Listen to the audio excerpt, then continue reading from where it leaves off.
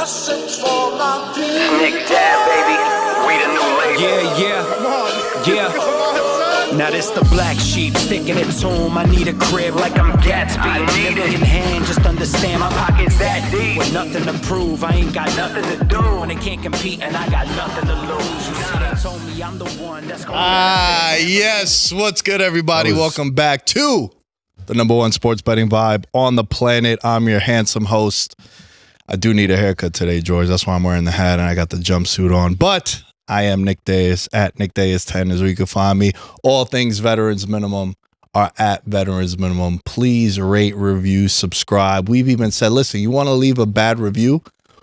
Be our guest. As long as it's a 5-star Frog Splash review, go ahead. Apple, Spotify, YouTube, subscribe. You know, all that funky stuff. To my left, top one bald guy power rankings start with Mr. George Carmona, ladies and That's gentlemen. bald head, dude. You've passed Stone Cold, bro. The one and only. That's like a big deal in my life. Yeah. Oh, trust me. I know how big of a deal it is for you. Stone Cold is my GOAT. He's my hero. You have the shirt, obviously, but it ties way deeper into that. How many dreams have you had where you like thought you were like tag team with Stone Cold? Bro, many. That's the one person that if I met, I don't think I'd be able to like keep my composure. I'm able to meet a lot of really cool and famous people in here. They come by the studio and, you know, working with Cam and Mace, all the guests that they have on. Like, bro, we had 50 Cent in like 2 weeks ago, and he was my favorite rapper growing up. And even with that, I was able to keep my composure. But if it's fucking Stone Cold Steve Austin, you're freaking out. I might cry. And I'm just letting everyone know in the control room, if you want to judge me, it's all good, but I'm just letting you know in advance, I might cry if I meet Stone Cold. Rightfully so. Did you ever want to do his show? You know how he had that the Skull Crusher Ranch? Yeah, bro, of course. Did you ever think like, okay, I'm just a kid from Queens trying to make it out here, meet my legend, and then win a game show? Did you like the show? Bro, there's nothing he does that I don't like, bro. It's literally my favorite person on the planet. That's hilarious. Stone Cold Steve Austin. One time I got dressed for a wedding, and I was a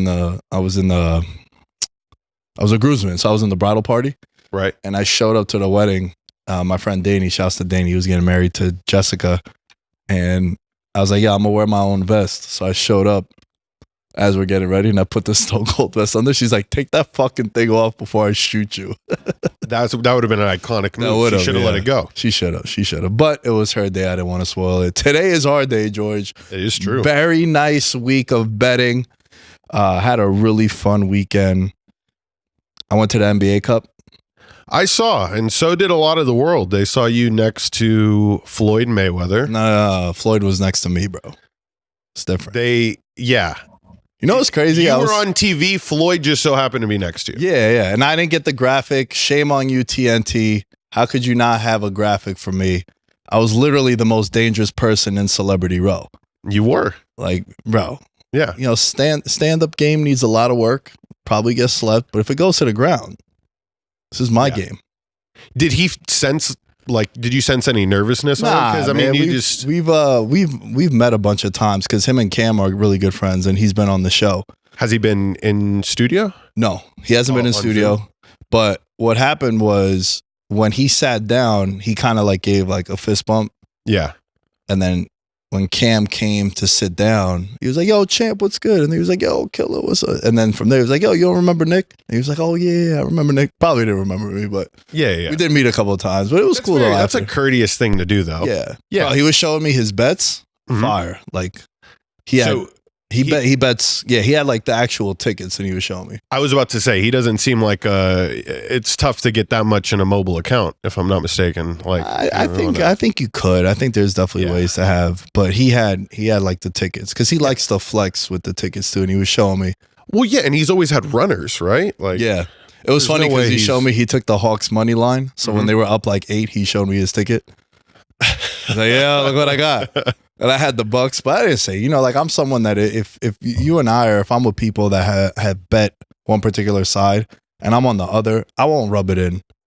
You know, like I won't be like, you got to just play the game, bro. Yeah, I'm just chilling. But I'll tell you this, bro. One of my favorite stories ever. I had a future 15-1 on the Rams when they won the Super Bowl, when they beat Burrow and the Bengals. And I'm at this Super Bowl party, and when I tell you, all fucking 15 of my friends were on the Bengals. All of them. And they knew I had this Rams future. And it was just a night. And the whole game, I was just sitting back, chilling, you know, not so, you know, clap when the Rams scored. Yep. When Aaron Donald got that sack at the end of the game, I just fucking stood up and I fucking DX chopped for like 90 seconds to all of them. I was like, fuck you guys. You guys knew I had all this money on the line. But, that, you know, at the end, I had to. But during the game, you know, I let all the ebbs and flows. I let people do their thing. It's honestly like my favorite when I'm at Cameron's house, and because I don't necessarily like to like pretend I'm that invested in the games. Mm-hmm. Like it was Army Navy this Saturday, right? And I'm like, I've got Navy, who was 2-1 dogs in the under because they run the option. I was like, this is going to definitely hit. So we're at Cameron's birthday, bro. And like, they're like giving Cameron birthday gifts. And I'm like peering around the corner, like her dad's sitting right in front of the TV. And I'm like looking over to the side and shit. And so I had to like curb my enthusiasm. I didn't want them to know like that you're a piece of shit and you're betting. Correct. It's his daughter's birthday. And I'm like, and then Navy scored a touchdown at the very end of the game. And I was like, and because I had been cheering for Navy all game, they score a touchdown to seal it. And I went, great job. Because then the over hit. And I was like, motherfucker, dude. It was terrible. Bro, so like growing up, right? And then we'll get into all the week 15 chaos. But dude, growing up, my dad used to always be like, don't let the family know that we bet on this game, right? And we'll be watching Thanksgiving and like a fucking game clinching third down. Why else are we celebrating that much, bro? Because we got the hook on our side, right? But the last couple of times I've been back home and like now my whole family, it's one of those things where I always talk about this. Like I not lead, but I like to tell people like, yo, I dropped out of college. Right. Because it's worked out. Growing up, when people would tell me, yo, how'd you get into betting? And I would tell them this is how me and my dad bonded over and all these like betting stories. It wasn't something that my dad was excited about until now. He's more welcoming to the conversation because it's turned into things. And I've become, you know, everyone has a different definition of successful, but I feel like I've gotten successful in this field and everything I do. Now it's like no holds barred, bro. I'm at fucking Thanksgiving with family and shit. I'm like, yo, we need St. Brown to score or else we're fucked. Like, I'm celebrating, you know, first quarter overs and all that shit. And then I turn to my mom. I'm like, what is grandma going to say now? Like, she clearly, look, she knows what we do, bro. Yeah. So I'm not going to hide it no more. But I feel you with the family. Sometimes it can get a little sure, especially when they don't play. Like around my family, it's never been an issue. I go over to my uncle's house specifically to go absolutely apeshit crazy betting wise over a game. But yeah, when you're at bro, I met one family member. I met one family member who now they're married, but at the time my cousin had brought this dude around, and you know it's her boyfriend, and it's during Thanksgiving last year. So last Thanksgiving, because I spent Thanksgiving here. I'm back home and we're watching the game, and he's constantly on his phone, like he's looking. I'm like, yo, what'd you bet? He's like, oh, I didn't bet. Come on, bro. Yeah. I was like, do you know what I do? I could tell. Yeah. I was like, did you parlay? What are we doing? You could like, yo, I took the under, man. And I was like, I think we'll be all right. Game went over. I was like, sorry. Guess we weren't all right. Yeah, we weren't all right, bro. Listen, this is the game that we love. We love the pain. We love all the glory. But this is what it is, right? We want 55%. We could do this full time. Yeah. Something tells me deep down inside, everybody is betting wise. Yeah. Well below 50. Oh, yeah. Like, even the greats, bro. You think so? I think people have great seasons, but I was thinking about it the other day, and I was just like, there's just no way. If you bet at high volume, like maybe your profits you're profitable, but I think you will have lost more bets because you're tossing more out into the ether. So I do think people are profitable, but I do think everybody is well below 50%. Yeah. And I know people are going to be like, well, I fucking mark my stats. And I'm like, just think about lifetime before you're even tracking anything. You're trying to catch up to like your lifetime number. Yeah. It's just not going to happen. Nah, you bring up a fair point, bro. Because I even think about me, right? Like, there's so many times where I was telling you that story like maybe 6 weeks ago where I missed every bet I made. Not only the bets that I put in the patreon.com/veterans minimum, the Discord, the bets that I'm chasing after. Like, bro, I lost every fucking bet I made. Like, not even close. I took overs on guys. They had 2 catches. That's terrible. Didn't even sniff the red zone. Like, it was one of those days. And, you know, most of those I didn't post or put out. And But on the flip side, I'll tell you this also, full transparency. There's been times where I've hit bets that I don't show because I didn't give them out. Right? Like, I don't want to post a submission prop that hit when I didn't give it out. Because then it's like, well, all the fans and everyone seeing it, it's like, well, we can't see that you actually gave it out. So I don't know. I've never thought about that. I feel you though, because I know for a fact there's a lot of like pro bettors that I've gotten cool with, especially the guys that sell picks, that they'll hit me up on the side and be like, bro, I'm down like way more than I'm portraying and saying. Yeah. So, but that, it swings because you'll have your very profitable months and you'll definitely gloat about it. And, you know, if people are buying your picks, everything's for sure tracked. I just think that people rarely stay with you through that full swing long enough to like truly know what that real number is. And I always know this based on knowing professional sports bettors. There is plenty of plays in which they keep perfectly to themselves, because they understand that the amount of money that they want to put on that game or event will swing it in a monumental favor because, you know, they're being watched, right? If they're like a really big bettor or if they're a sharp. So I know for a fact. Bro, like, don't even look too far. Matty was on the show last week. He swung the offensive player of the year prop. Yep. We're talking about it for fucking 6 months. I go to make the bet. I meet him at Circa. It's 30-1 Saquon to win offensive player of the year. He bets it. I get there like 2 hours later. I go to bet it. I'm literally looking at the app before I leave the house. Yep.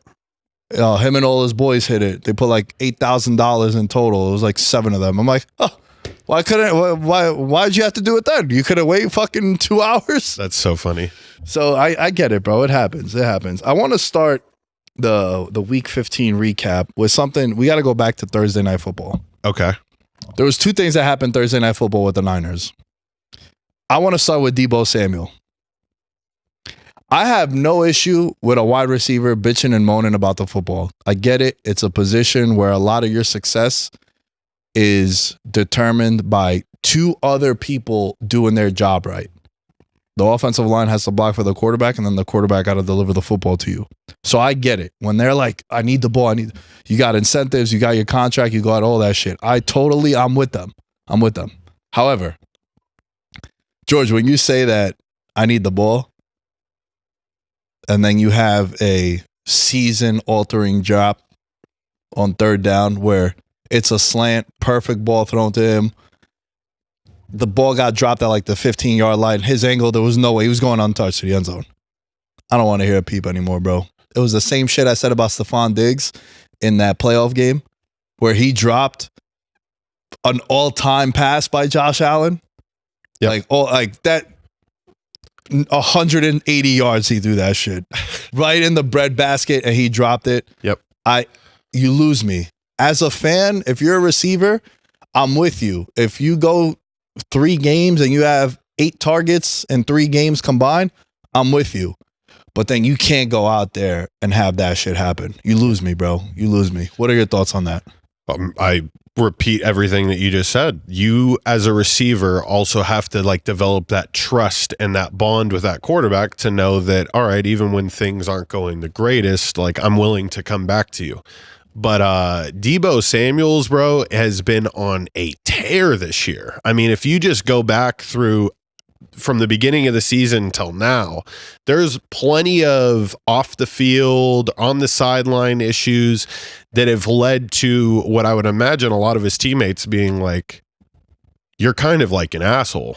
And when we needed you, like you're saying, when we needed you the most, you dropped a slant just so fundamentally challenging, like just to not be able to, step up at the biggest moment. I hate it.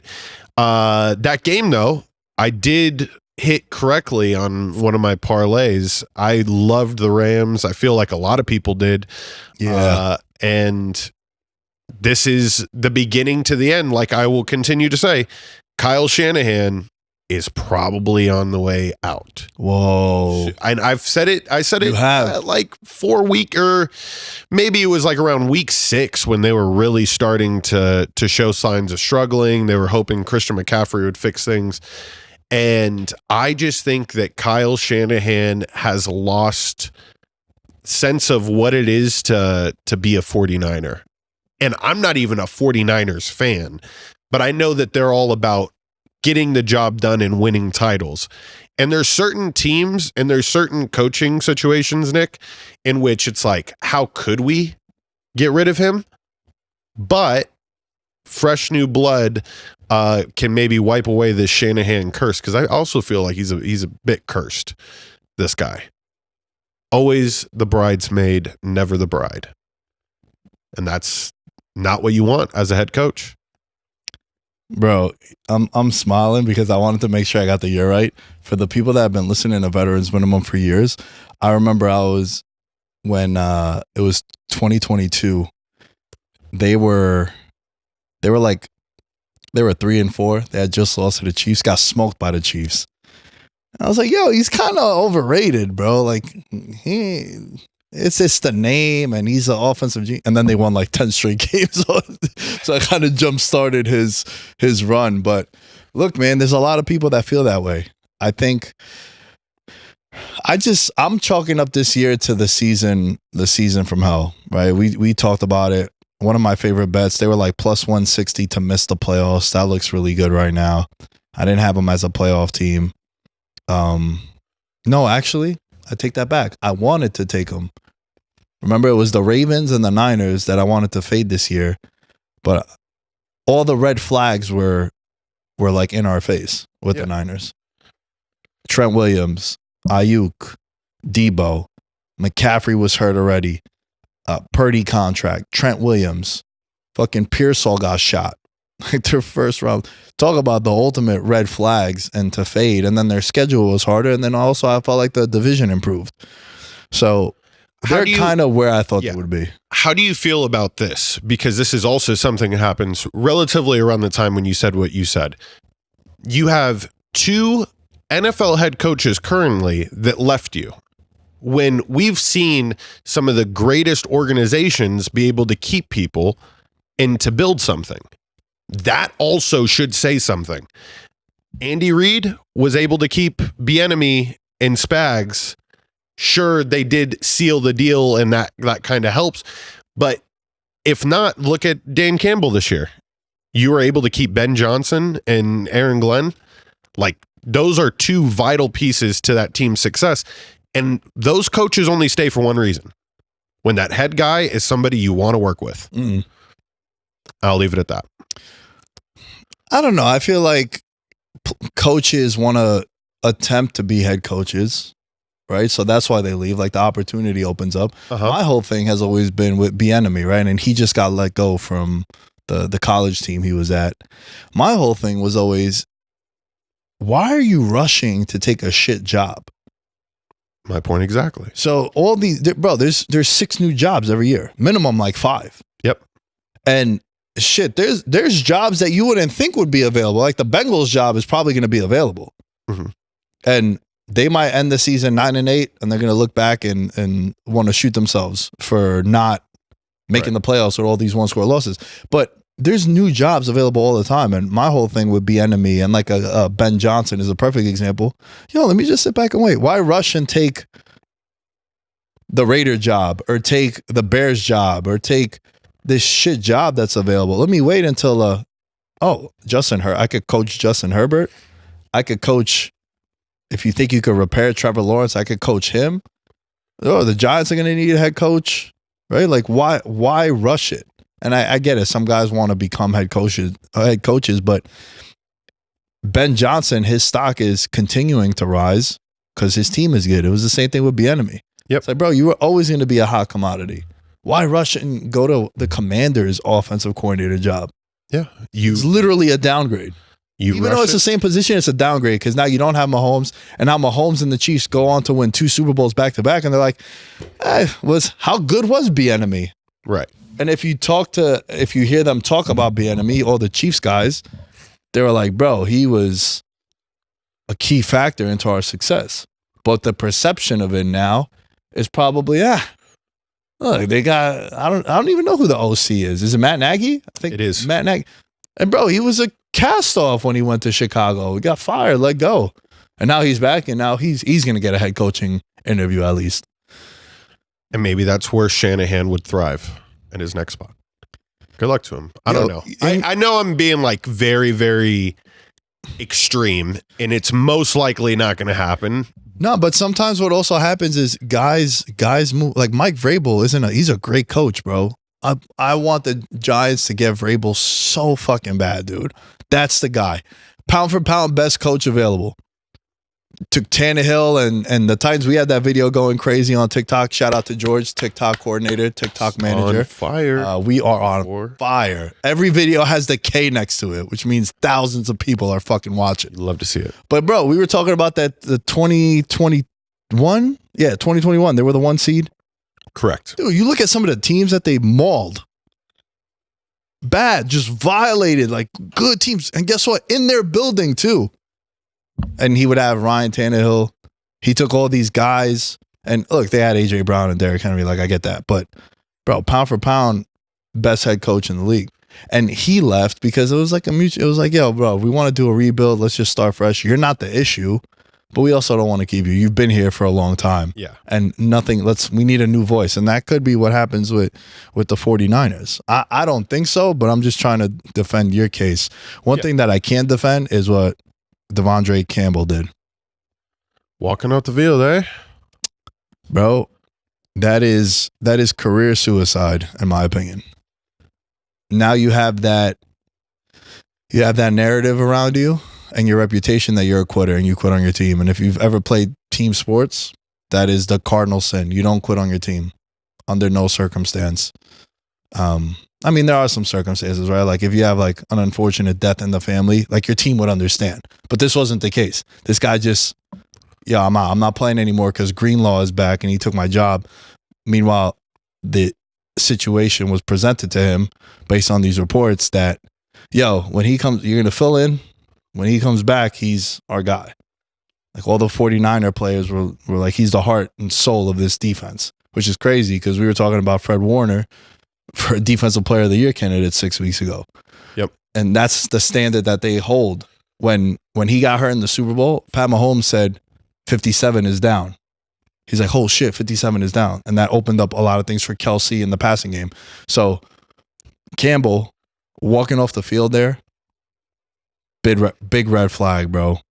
Big red flag. You can't do that, man. You can't leave your teammates high and dry. Even the kid here locally at UNLV got promised all these NIL deals. If you're his teammates, like, yo, bro, we was in the trenches together. We were training and all this stuff. You're just going to leave. Like, I get it. You want to get your money. I totally understand. But also, like, what are we, bro? Are we chopped liver? Like, we don't matter to you? And now you have that reputation that when things get tough or if it doesn't go your way, deuces, I'm out of here. You can't do that. It's just so funny how many things you could tie back to, like, I just would never see a Detroit Lions player walk off the field like that, because they would know it means more. And that just goes to show that the messaging in that 49ers locker room would allow for something like this to happen, especially when it's been blatantly obvious. This is the game plan.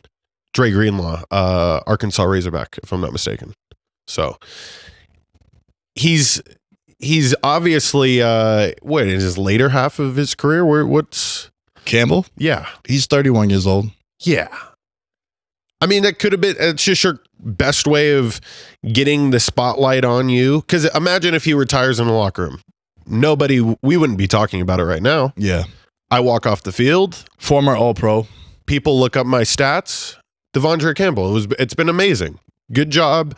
Maybe he starts the trend, Nick, where these players that they know they're on their way out, they give it their last, like, hey, I gave it my all. He's suspended now, right? 3 games? He got suspended 3 games, but I don't think he comes back with the Niners. I think soon you'll get the report that they cut him or let him go. It's just a bad look, bro. It's a bad look. And would you welcome him back if you were to? How would you feel if your teammate did that? I would definitely have to say something to him. Just be like, hey, what's that about? Usually people like that, though, bro, I don't know, mentally, they're wired different. Yeah. You know, you'd be able to already know, like, only he's capable of doing that. Because anybody that has the presence of mind to be like, oh, what are the social ramifications of me doing what I'm about to do? They would never do something like that. So you just chalk them up to being crazy. They're just psychotic. He plays linebacker in the NFL. I wouldn't expect anything else. Yeah. It's just such a, whack move, bro. Yeah. So whack. Like, but listen, not cool to do that to your teammates. I know. And if I was to just be a guessing guy in his previous history, he's probably had a lot of the same type of shit. Right. High school, college. There's probably been little moments leading up to this. Yeah, bro. Dude, I told we spoke about this recently on a show. Definitely like this football season where I quit on my team one time, and I still hate that I did that. I kind of just like walked off the field. We were getting smoked, bro. It was a playoff game, and you know, I used to play in these leagues on Sundays, and I was a quarterback with like my childhood friends, and first place would be like $15,000, $20,000, $25,000 pools. Yeah. So it was a lot of money. It wasn't like, oh, you get a t-shirt and congrats on winning. Like, nah, bro, we would take that. We won it one time. We took that money. We bought like new jerseys. We had like home, away, and alternate jerseys. And then we went to Atlantic City at the Borgata, and we got the presidential suite. And then we just all went out. So we blew all that money together. But like, bro, it was, mind you, all my friends and I, we were delivering pizza at the time. I was working at the coffee truck. My other friend was a teacher. It ended up being about like $2,500 a person we had. So we were like, yo, let's buy all this shit. And then let's pay for the suite, pay for all this stuff. Let's have a good ass. We had a table at one of the nightclubs. Mm-hmm. And then we ended up splitting like $400 each as expenses to just fuck around with. So like, bro, it was a lot of money. And I was just like, guys were dropping the ball. I was missing targets. And I was just like, yo, I'm not playing no more. And my friend Josh was like, yo, bro, I'm judging you moving forward. Like, that was some bitch ass shit that you did. And to this day, he'll be like, yo, you remember when you quit on us in the playoff game? Like, even if we're like fucking around and shit. What quarter? Was it early? It was like third quarter. Well, we played 2 halves, right? We played 2 25-minute halves. Was the game like out of reach? We were down 3 scores. You got to fake an injury, Nick.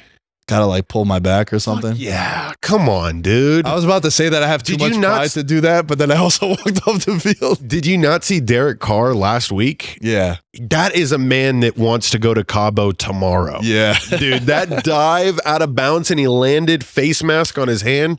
Let's break it and let's get the fuck out of here. You do that. Yeah. Next time.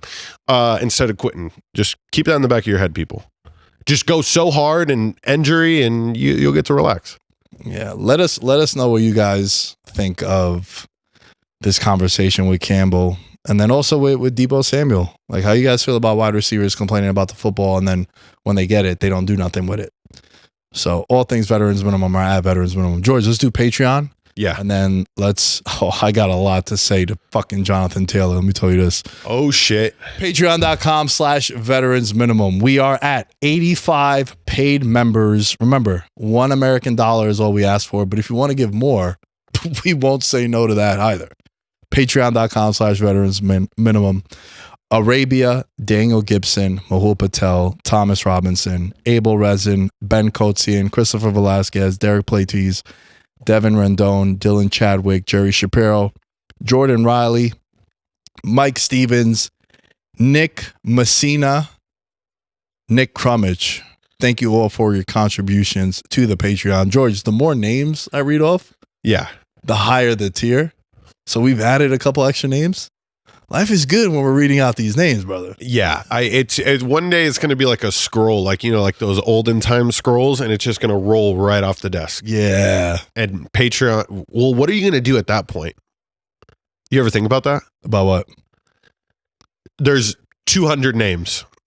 You aren't reading 200 names. We're going to have to do like a Sports Center ticker across the bottom and have it just play throughout the whole show. Got it.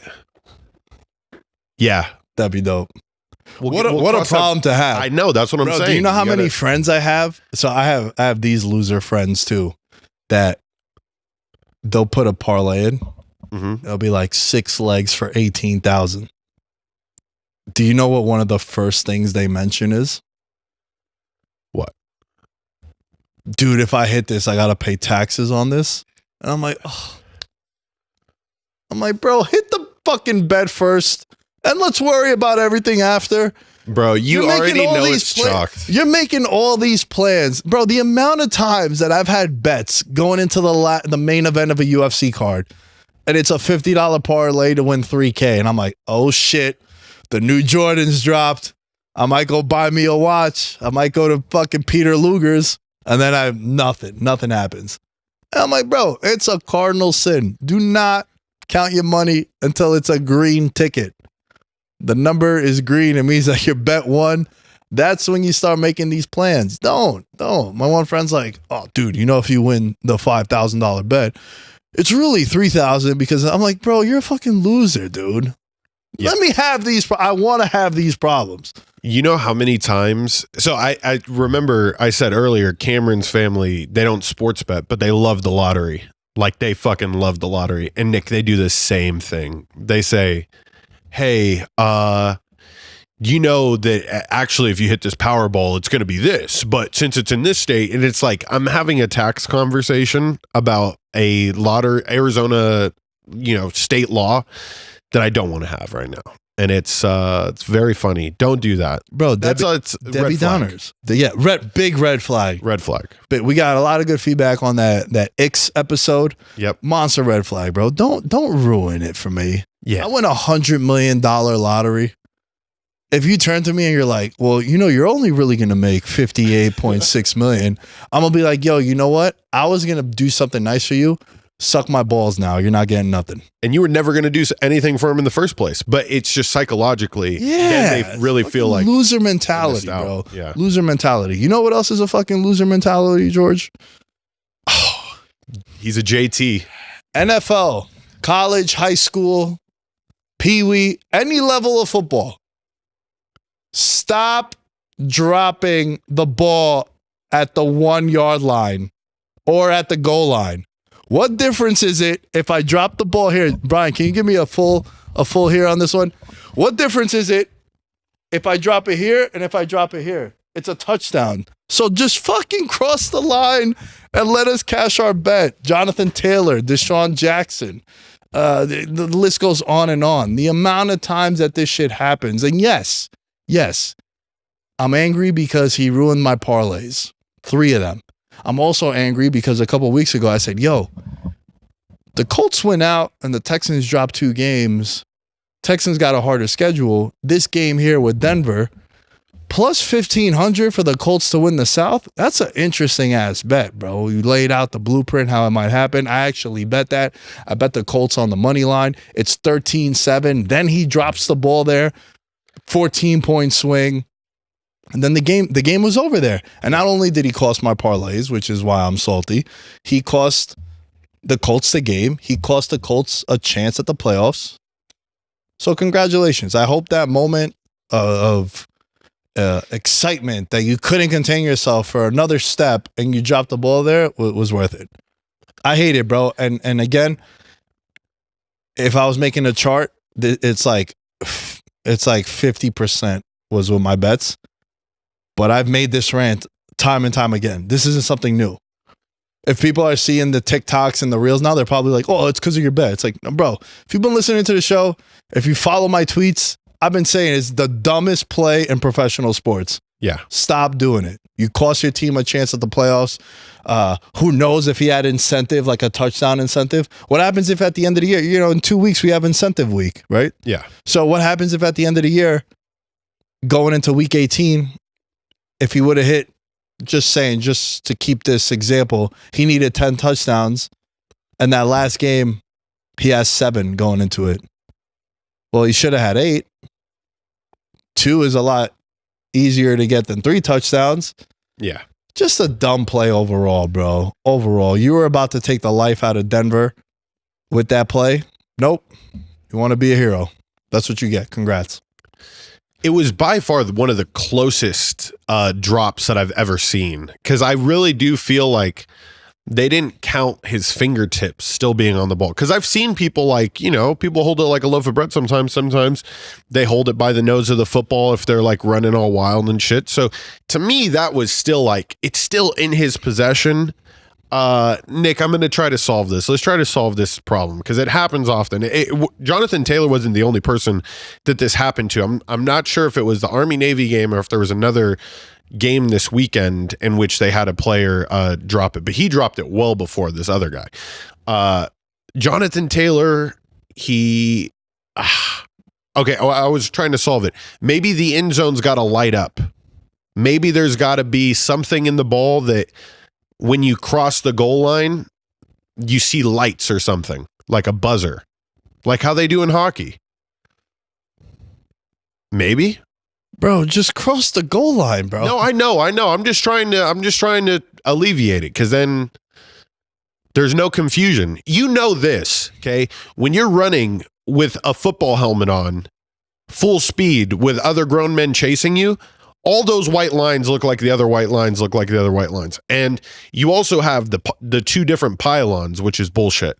You got the first down pylon, and then you got the end zone one. It can mentally mess with you. You can't see that well out of a helmet. It's pretty limited. Bro, last month the Jets, Corley, Yeah. did the same thing on Thursday Night Football. I think they were playing the Texans. He did it. It happened yesterday too in the Bengals game. There. Bengals Titans. Someone on the Titans did the same shit. Deshaun Jackson was the first one to do it. Todd Gurley has done it. And like, bro, you're talking about like a captain on the team. Yeah. Like Corley, I'm almost positive is a rookie. Maybe he was excited. Like, I'll give you a pass. Bro, you've been in the league for 4 years now. You have the C on your chest for captain. Yeah. What are we doing? Maybe they got to adopt the rugby style. Like, so if you're an NFL coach, we score touchdowns rugby style. You get down in the end zone and you have to like, what do they have to do? They have to like lay flat, right? I would rugby. Know. I would. Okay, and I've seen it before. In order to get a touchdown in rugby, you have to be flat in the end zone. So maybe that's what you got to do with the ball. I'm looking at all the a list of players. Awful announcing says this has happened 7 times in college football this year, and it's happened 4 times in the NFL, twice yesterday. It's just dumb, bro. Yeah. It's so stupid, dude. Just cross the fucking end zone, bro. And again, yeah, he ruined my bets. Yes, he ruined my bets. But like I said, he ruined incentives for himself. His team could have won. They would have won up 19-7. Instead, they turn the ball over. Denver comes back. They end up winning the game. Now they're eliminated from the playoffs. They have like an outside chance, but it's become way more difficult now. Yeah. Especially them. Like, they really had to win the division. It's the same thing with like the NFC South. Correct. Right? Shout out to you once again. I know. Bucks. I know. Bucks now minus 300 to win the division. Rams minus 180 to win the division. Both of us, I was on the Rams to win the division when they were plus 500 and they were 1-4. And you were on the Bucks at plus 500. A parlay of both of them would have paid 25-1. We didn't parlay them. I've actually bet the Bucks. Yeah. So if it does hit, I'm gonna toss you half the bet. I'll tell you about it after. Nice. As like a First I'm hearing of this. yeah. It was a surprise. I wanted to get a little further down. Yeah. But Hey, Nick, bro. whatever it is, do you know that half of that will go to taxes? Oh yeah. Okay, the Bucks. We're future predictors with this, and can I tell you a game yesterday though that like crushed me the same way that Jonathan Taylor crushed you? Sure. Because I had also on that same episode, Nick said, if you want to get wild, you could put the Saints in at 60-1, and I did. And then them losing to the Commanders yesterday was the final nail in the coffin. Yeah. They're definitely not going to be able to surmount it now. But had they pulled off that insane comeback victory and Jonathan Taylor doesn't fumble, maybe this is a different type of rant we're having. Also, the Chargers didn't fucking show up.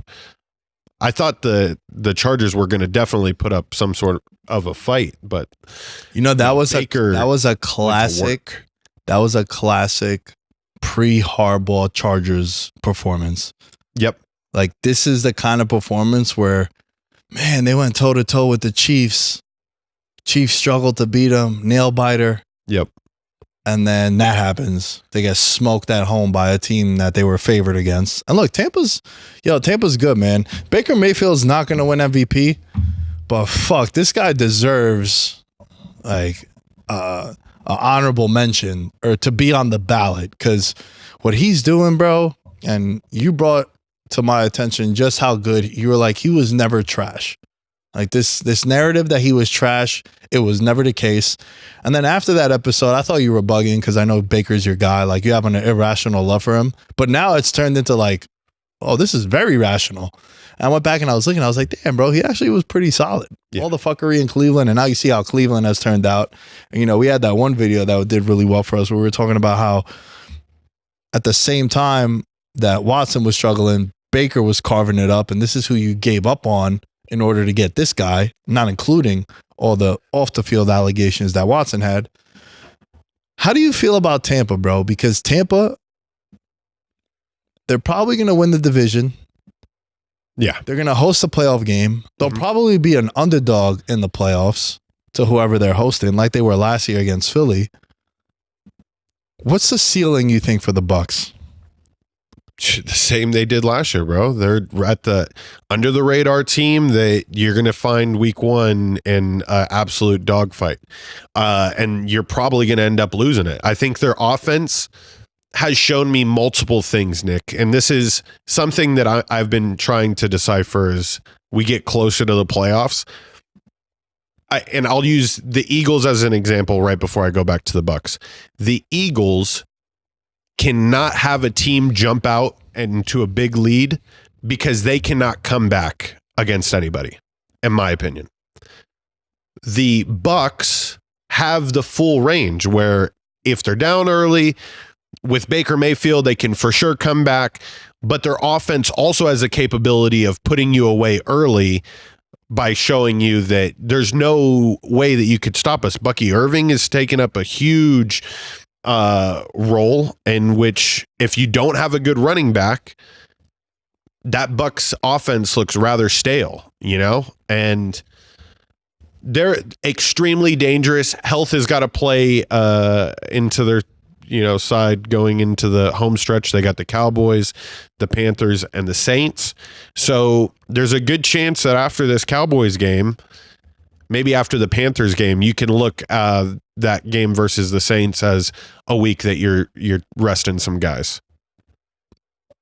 So very dangerous. Yeah, I wish Godwin didn't get hurt, but there's a lot of teams that probably wish a player or two didn't get hurt. They're gonna be spicy, bro. And how about this, dude? They've beaten the Eagles and the Lions.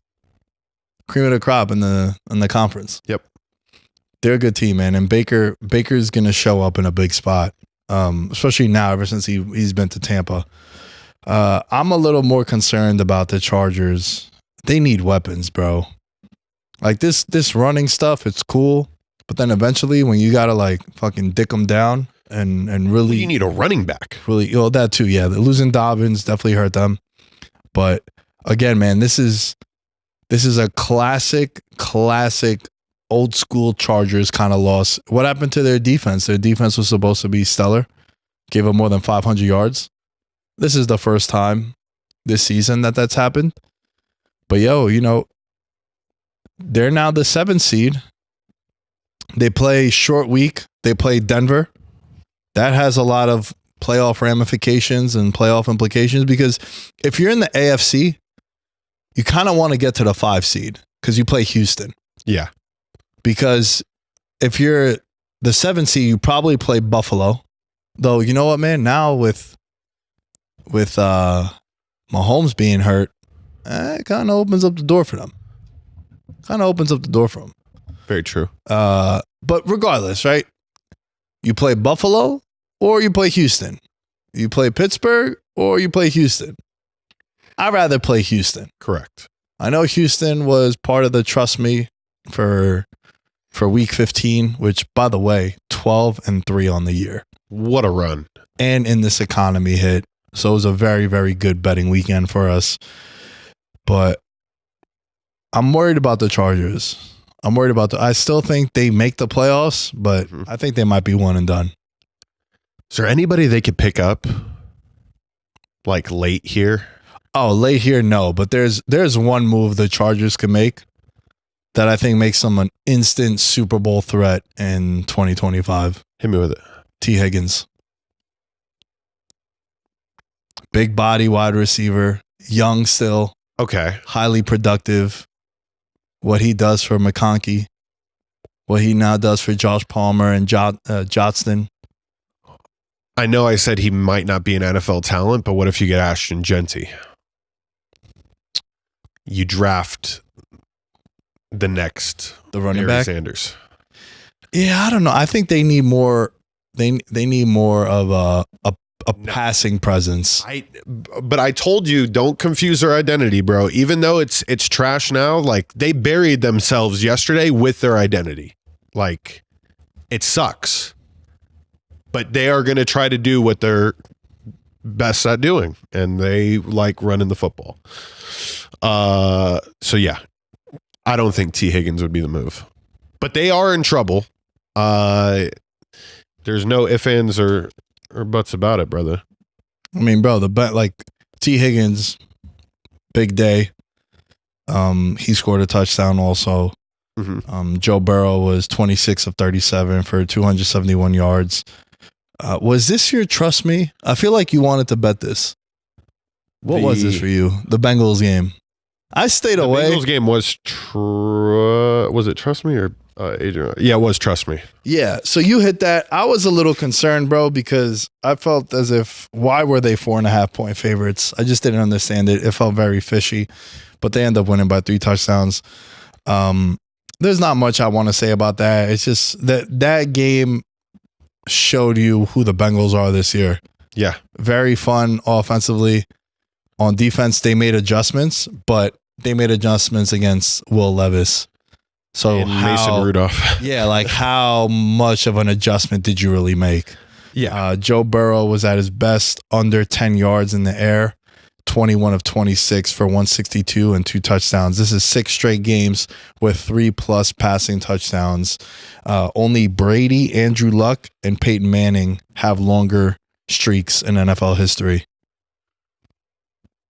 This season for the Bengals do you think Zach Taylor has to get fired? Or do you think Zach Taylor use the fact that Joe Burrow is doing this to extend his career? Someone got to be the fall guy. So it's either the coordinators or it's Zach Taylor. I mean, bro, honestly, I feel like Joe Burrow has prolonged his career in Cincinnati. Taylor, that is. Yeah. I would say it would be the job that opens up that everyone is going to say, we didn't see this one. Like, this wasn't one that we projected to be the case. I would say someone has to be the fall guy in Cincinnati. Is it Sweet Lou on defense? Is it Zach Taylor? I think it's one of them. Yeah. might be Lou first. It might be both. But you're ruining a career year for Joe Burrow, man. I don't want to say much more about this just because we've always talked about this. Titans blow. What other game did you want to hit? Let's go. Well, you had an interesting text exchange with me about the Steelers game based off my rant last week about losing bets early. Yeah. It was a really rough weekend for me. Like you're over there, Nick, and I love you, right? So I'm not going to be like, look at this fucking guy. But it was tragic as fuck, dude. I mean, I had put in my AFC domination parlay, riding on the Bills and the Steelers money line, and I had also had, a couple of other plays over the weekend that doesn't hit, right? So I had the Navy Army doesn't hit. I also had a UFC parlay that didn't hit, but came down to the main card. And then on Sunday, the parlay that I put in was Rams on Thursday, Saints to win outright, Bills and Steelers.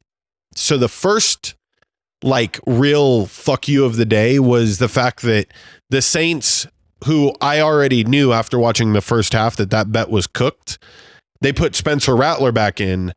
You blink and the Saints are at the goal line with a chance to score and then go for two. So I text you about that. I'm like, oh my God, dude, I need this because I was so confident in the Bills and the Steelers. I was so fucking confident. So obviously they score, they don't get the two. That bet's chalked. I don't want to miss out, right? So I'm chasing the fucking dragon, Nick. I'm literally 5 minutes before kickoff. I know I want the Bills and the Steelers. I'm picking two random motherfuckers to score a touchdown. Not super random. We talked about AJ Brown, so I was like, hammer that. And then, bro, I was like, Tim Patrick. I heard his name twice last week, or he did pretty good. Put him in, and they both scored touchdowns, I think in the second quarter, 30 seconds, real time, 30 seconds apart from each other. Greatest feeling in the world. That's you pre-nut, Yeah. She touches your leg and you're like, oh my God, I didn't even know that was an option today. I didn't know that was an option, bro. So literally that happens. I text you and I'm like, holy shit. This bet, which would have hit for 1,400, I had to put in the Discord too because I wanted the people to know. George is sweating one right now. When the Steelers punted the ball away with 10 minutes and they were down by 14, I knew it was over. So it was kind of exactly what you explained. I had the agonizing defeat. I had the rush and the high of this could possibly hit. And then the Eagles just took the wind out of my sails. And I knew it was over. I was editing upset, bro. I was literally just love behind what I was editing. So let me ask you this, because last week I talked about it with Maddie. Yeah. Which one do you prefer? Do you prefer what the Saints did to you, or do you prefer to lose bets like the Steelers? Because I'm on the Steelers. I want my bet to be toast by halftime. I don't want you to reel me in and then break my heart again, because you broke my heart in the first half, and now you're breaking my heart at the end when I'm like, holy shit, I might have this one. Which one do you prefer? Dude, I'm sick. I'm Maddie. I fucking know exactly what you're talking about, Maddie. I think about this, Nick. On a low day, we're talking 550 to 600 milligrams of caffeine will go through this body. I smoke. I like living life on the edge. I push my body to the physical limits so that I can it's like getting off, So when the bet I put in gives me every bit that I want. I knew with 2 minutes and 30 seconds left in that Saints game, I was like, I need them to miss a field goal. I need Spencer Rattler to go down, score a touchdown, and the Rizzler to go for two. And as it's happening, it's just the greatest fucking feeling of all time. So I don't care. If I lose after that, at least it was an entertaining loss. The Steelers, I was so upset watching the Steelers thing. At least with the Saints, you're happy for a little bit. I like the happy parts of betting. I don't like my life fucking sucks type of moments. I'll tell you this much about Pittsburgh, bro. Yeah. George Pickens might be worth something on the point spread. They looked very different without him out there. Yep. And it's one of those situations where maybe Steeler fans would understand this. And I've always said that if you could be objective with your team and can honestly assess them, you can make a lot of money. You could be a very knowledgeable sports fan as well, because everyone knows their team, but some people have irrational faith in their team. Correct. Where I had some Steeler friends being like, bro, we're going to get smoked. I'm like, why? I kind of like the 5.5. They're like, bro, Pickens is like our only real option in the passing game. And he opens up for Austin and Freiermuth. Yep. And like a random Van Jefferson play. He needs to be out there. I was like, really? Pickens is like that? They're like, bro, he's like that. It's like, oh, okay. I wouldn't know that. I think he's an extreme talent, but I wouldn't know that.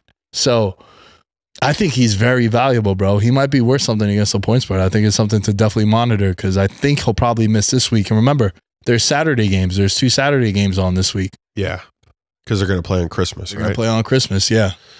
Oh, this is the unfortunate reality that I had driving to the studio today, was that Packers versus Steelers Super Bowl future just like went down the toilet as soon as I saw number 90 hobble off the field.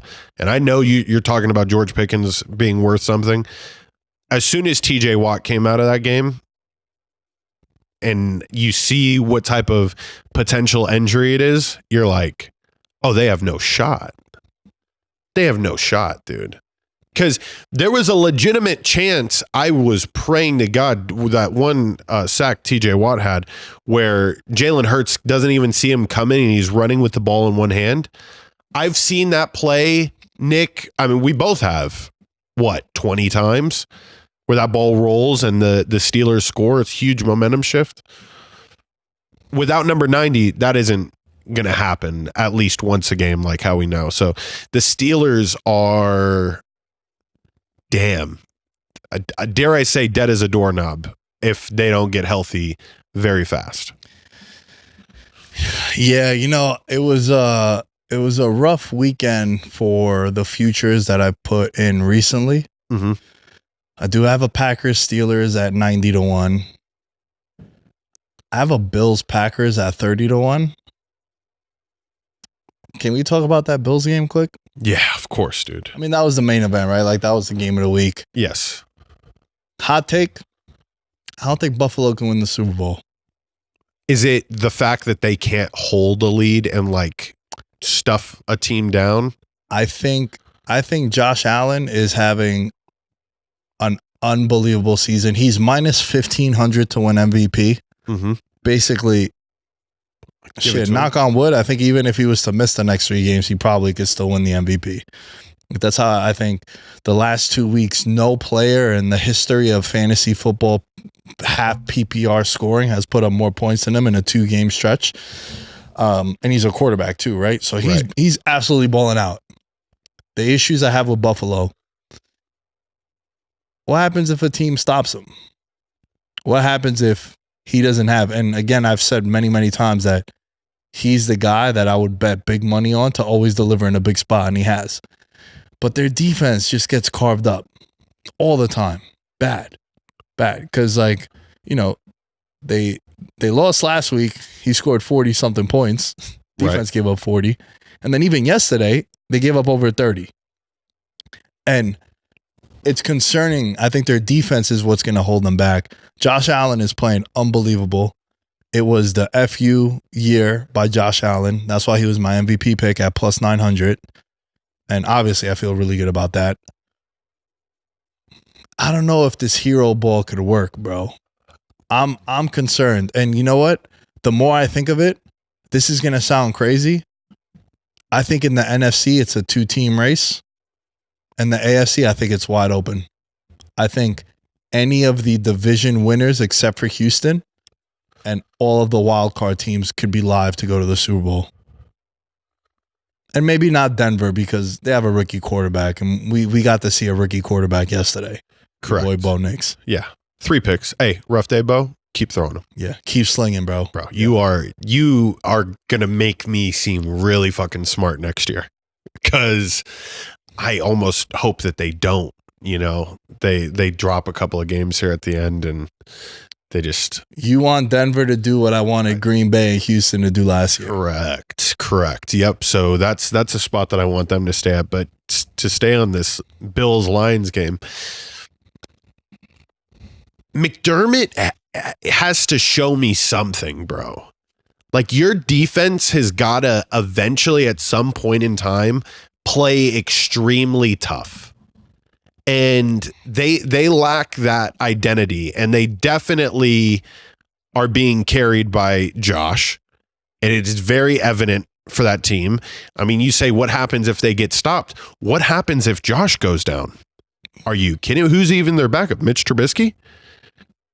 So you can't just be a one-trick pony, but you being a defensive-minded head coach, you gotta eventually, at a certain point in time, we gotta kick it up a notch, especially in games like this, where when Josh is performing extremely well, you know what the Lions want to do. Let me see your defensive creativity and its prowess step up, and let's not get into shootouts. The onside kick was baffling. Okay, so this has been a big talking point today. Correct. The onside kick. They're down 2 touchdowns. There's about 11 minutes left. They're down by 10. They're down by 10. Sorry. So they're down 2 scores, and they go for an onside kick. You did not like it. No, I loved it. Oh, you loved it. Oh, Yeah. okay. Yeah. It just didn't work out.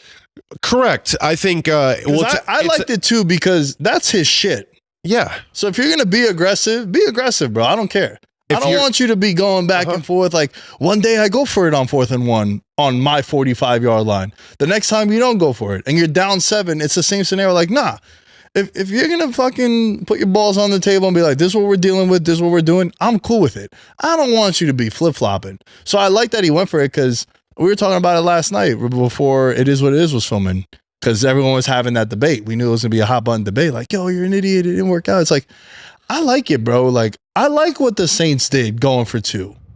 Of course. Let's go. We have nothing to play for. We have like a 1% chance of making the playoffs. We got a 60-1 ticket for Georgia veterans. Yeah, we gotta get in the zone here. But I rather you try to play spoiler. Like, if you're one of these teams and you got 4 wins this year and you're playing Minnesota, like if you're Chicago, we're recording prior to the Monday Night Football game, bro, go for it on every 4th down. No more punting. No, year. Yeah. What Caleb told the punter, you're not going to punt much this year. Tonight, you're not punting. Let's do that. Let's play spoiler. You're a division rival. Like, fuck these guys, bro. If you're the Raiders, yeah. We expect to lose to the Falcons. If we do have an outside chance of winning, fuck the PAT. Let's go for 2 and bury Atlanta. That's what I would do. That's what I'd be preaching as a coach. Mm-hmm. I'm cool with what Dan Campbell did.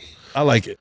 Yeah, I think logically as well, if Mac Hollins doesn't run it down to the 5-yard line and the Bills get stopped there, logically in your head, you're thinking they could come away with a field goal. It's a 2-score game. You're shortening the field to increase probability. You don't want what happened with the Eagles and the Steelers, where the Steelers punted away and you don't see the ball the rest of the game. You want a chance to shorten their field. The Bills aren't going to run backwards. You stop them in the 3 and out. They kick a field goal. You have a legitimate chance of, getting the ball and getting another onside kick. I also think having a chance for your kicker to kick multiple onside kicks, I'll take that. You're going to have to do it anyways, more than likely. So why not give them a practice attempt? And it's risky business. The onside kick world hasn't necessarily been perfected, but people in the NFL got to figure it out, because you can't do the surprise onside kick anymore, which is like half the battle. I don't know. Maybe it's like a formation type thing that they got to get better at. I've always been a huge fan, but I don't think you could do, which is the pooch. You just like let it hang in the air forever and have these guys like collide. I want everybody helmet to helmet on that. We got to win a football game. They can't throw a flag on all of you. We're calling that the CTE onside kick. Bro. Front line, kill him. Everyone else go get ball. Yeah. Yes. Oh, I love Nah, I that. feel that, bro. I feel that. Yo, can I give you some stats? Yeah, dude, hit me with If them. I was to tell you, in the history of the NFL, actually not the history, let's just go since 2000. How many players have won the MVP award and then won the Super Bowl the same year? Since 2000? Yeah, let's go since 2000. Oh, it's going to be a staggering number. Something tells me it's 13. Oh no. No, not even like lukewarm. Okay, You are like 4. Antarctica cold. Now you're getting a little warmer. I was trying to get all like the Brady ones. I was like, Now 'cause listen, I feel like there's Brady been a doubled bunch up. of guys that have won MVP that have went to a Super Bowl. That Is a good, 13 might is, actually is be- close. It's Okay. not 13, but it's close. Yeah. Once Whoa. recently, Whoa. Pat Mahomes Patty. in 2022, which by the way, He had him 10-1 to win to win MVP that year. So he's the only one. In 2017, Brady won the MVP. They lost the Super Bowl. In 2016, Matt Ryan won MVP, lost the Super Bowl. Cam Newton the year before that won MVP, lost the Super Bowl. Peyton Manning in 2013 won MVP, lost the Super Bowl. Peyton Manning in 2009 won the MVP, lost the Super Bowl. And then Brady in 2007 won MVP, lost the Super Yeah. Bowl to my New York Giants. So, Nick, are you just trying to highlight a strong correlation that the Bills are going to be going to the Super Bowl? No, my thing is history is not on Buffalo's side As far as winning. winning the Super Bowl. Correct. I Does think- your Super Bowl matchup involve the winner or No, my Super Bowl. It's just it's just the division? So you do Just- exactas. Correct. You like exact. So exactas, real quick for those that don't Yeah. know, one of my absolute favorite bets to make. I always make one beginning of the year. I make one around week 8, week 9, because now we have a large enough sample size of the games. We know who's good against tight ends, who's good against the run, who has a shitty kicker. We know all that stuff. And then around Christmas, if I see a number like I did last week, like, yo, Steelers, Packers, 90-1, I find that interesting, right? Now it's 120-1. So I got a bad number. However, I did have Packers and Bills, 30-1. Now it's 20-1. So, and then I'll make another one come playoff time. Right. Right? Maybe I hedge it with both one seeds. I don't know. I got to see what the numbers are. I like the numbers. Those are called matchups, Super Bowl matchups. Name the finalists. You do exactas, which is Correct. even crazier because yours is Ravens to beat the Lions, Lions to beat the Bills, Yeah. Bills to beat the Packers. So you Sets get. up for the perfect hedge, though. So what I would do, yeah, it does, because what I would do is if I'm going to do an exacta, I would probably try to foreshadow who's going to be the underdog.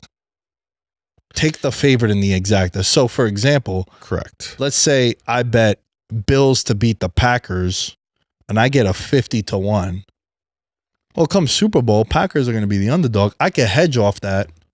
If I have $100 to win $5K, I could put $1,000 at plus 140 Green Bay. And now I'm chilling. Correct. I'm either going to profit $1,300 or I'm going to profit $4,900 Right. because I'm only risking.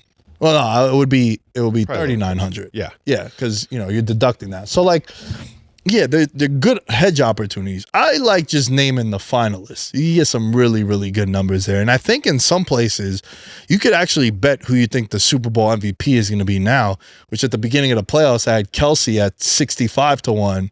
And then come Super Bowl Friday, he's 6-1. Yeah.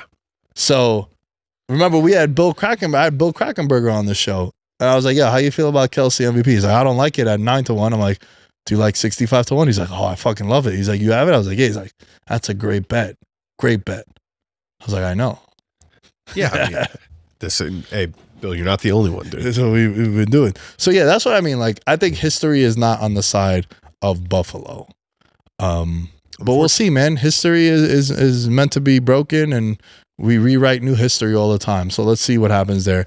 But I got to say, man, Josh Allen, when he's on, he's fucking fun to watch. He the throw yesterday where he told I'm forgetting. Coleman. Yeah, bro. Where he said like go further. Like Yeah. like I know you're 55 yards down the field. I could go 70. I need you to just go further. And he did that with defense coming at him and took a shot too. But he's a tank, bro. He doesn't go down. I love it. Also, an all-time slide from Josh Allen yesterday. Like a sliding in from second base, fucking hopped into it, slid 5 yards. The photos of that, like 4 Lions players around him, iconic. Yeah. So, yeah, he's on a crazy good run. Nah, he is. He is. If anybody could do it, is it him? Is he the, I guess the Manning in the Brady era? We thought for a while that it would be Mahomes, Lamar, possibly Mahomes, Burrow. Is it Josh Allen that is the Manning to Brady situation? I would say it's definitely Lamar. Okay. Because Lamar has the 2 MVPs. Lamar has been the higher seed in the matchup. And he runs into Mahomes the way Peyton would run into Brady. And I think that's why the Bengals fans got to be so miserable that they didn't win that Super Bowl, because they slayed Goliath. Yep. And it's like, we're the one team. Because, bro, for as much as Buffalo has done well against them in the regular season, they've lost to them twice in the playoffs. Yep. And the one time they were at home. Yep. So Chiefs fans are like, you beat us in November. It's cool, man. Come January. Who would the comp be like that we're trying to make then for Josh Allen in the Brady Manning era? He can't even beat Ben Roethlisberger because he won Super Bowls. Phillip Rivers? Oh, that's so tragic, bro. But yo, Allen is a way better quarterback than Phillip Rivers was. But like, yo, Phillip Rivers had some Chargers teams that were 1 seeds. Yep. He was never MVP. Like, oh my God, how did Phillip Rivers not win MVP? Bro. But I think I have one better. Okay. Mark Sanchez. Nah, that's disrespectful to Josh, bro. I'm talking about like success, where it has to be Lamar, because Peyton Manning was winning MVPs at the time. Correct. He just couldn't. We got to go to Foxborough. Oh, we played them one time at home. We beat them. Then we win the Super Bowl. Yep. Like, I remember putting so much money, bro. And I was early. I was like 15 years old, dude. D Jennings. I was like, Dad, I need you to put big money on the Colts to win this game. He's like, you sure? I was like, for years, they've been getting slayed by this team, the Patriots. They finally beat them. They're not losing to Rex Grossman. Bro. It's not happening. And they beat him, right? So I think if Tom Brady and Pat Mahomes are the standard, yep, it's Lamar Jackson is Peyton Manning. I love it. And I would say Josh Allen is probably Phillip Rivers. Good comps. I think they're great comps.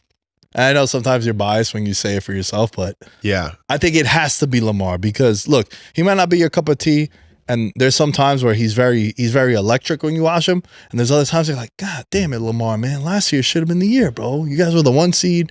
You couldn't beat this Chiefs team. Like, this was the year, man. This had to be the year, but it wasn't. So I think to answer your question, and we'll wrap with a Monday winner, I think for me it's definitely Lamar Jackson is Peyton Manning of this era. Cannot wait for that clip to go stupid. Yeah, that one was that good. felt. I was You're like, good, bro. You good. You set me up to shine. I was like, hey, I like it. Monday winner. Yes. So, by the way, Monday winners are 11-5-1. Did not give a Monday winner last week because we got caught up in the conversation with Maddie.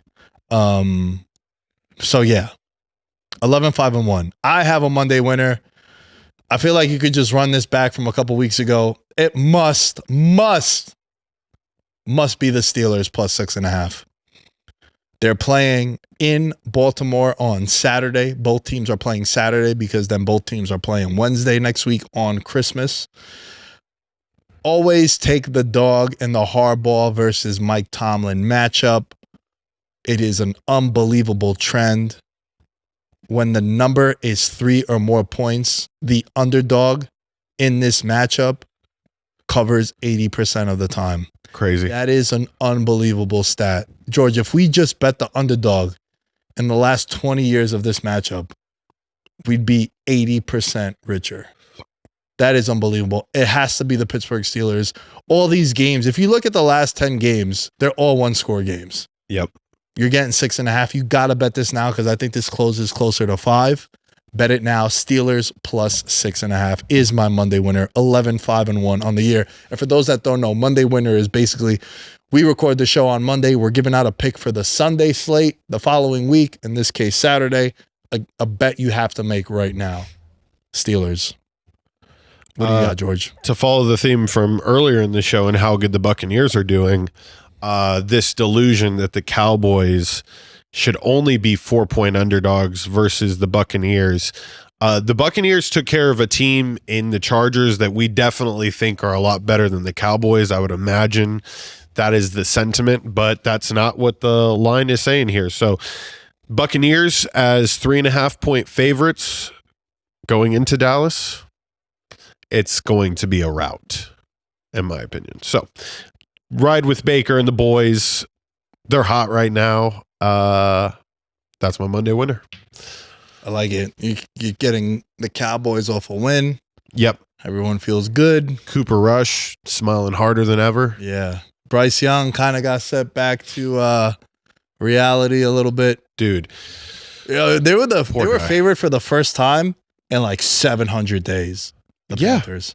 Yeah. And then they got smoked. Since I think it was 2021 that they haven't been favored by more than a field goal. Yep. That's insane. That is wild. Thank you all for listening. Shout out to all things Veterans Minimum. At Veterans Minimum as you can find everything for the show. At Nick Dais 10 as you can find me. Thank you all for the support.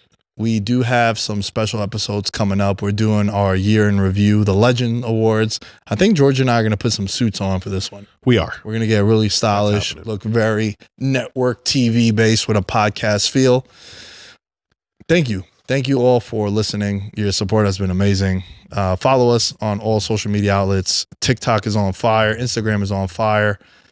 All things Veterans Minimum or at Veterans Minimum. George, the floor is yours. At Mr. George Carmona is where you could find me if you want to get filled in on what's going on with Arkansas football. I don't know if you've seen any trending things, but they are number 1 in the country for people that have transferred from Arkansas. So it's wild times in hog country right now, but did an episode of Pin and Pool with my brother.